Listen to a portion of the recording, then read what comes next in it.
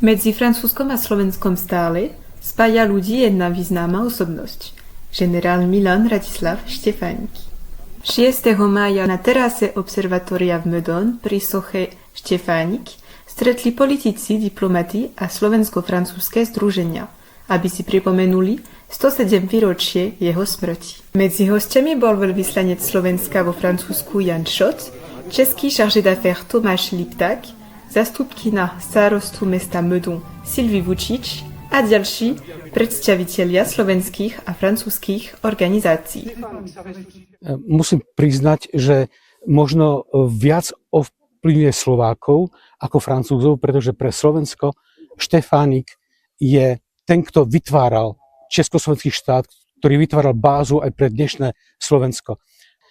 Francúzsko pomáhalo Československu svojho času vzniknúť ako samostatný štát, pomohlo mu vojensky, diplomaticky, politicky.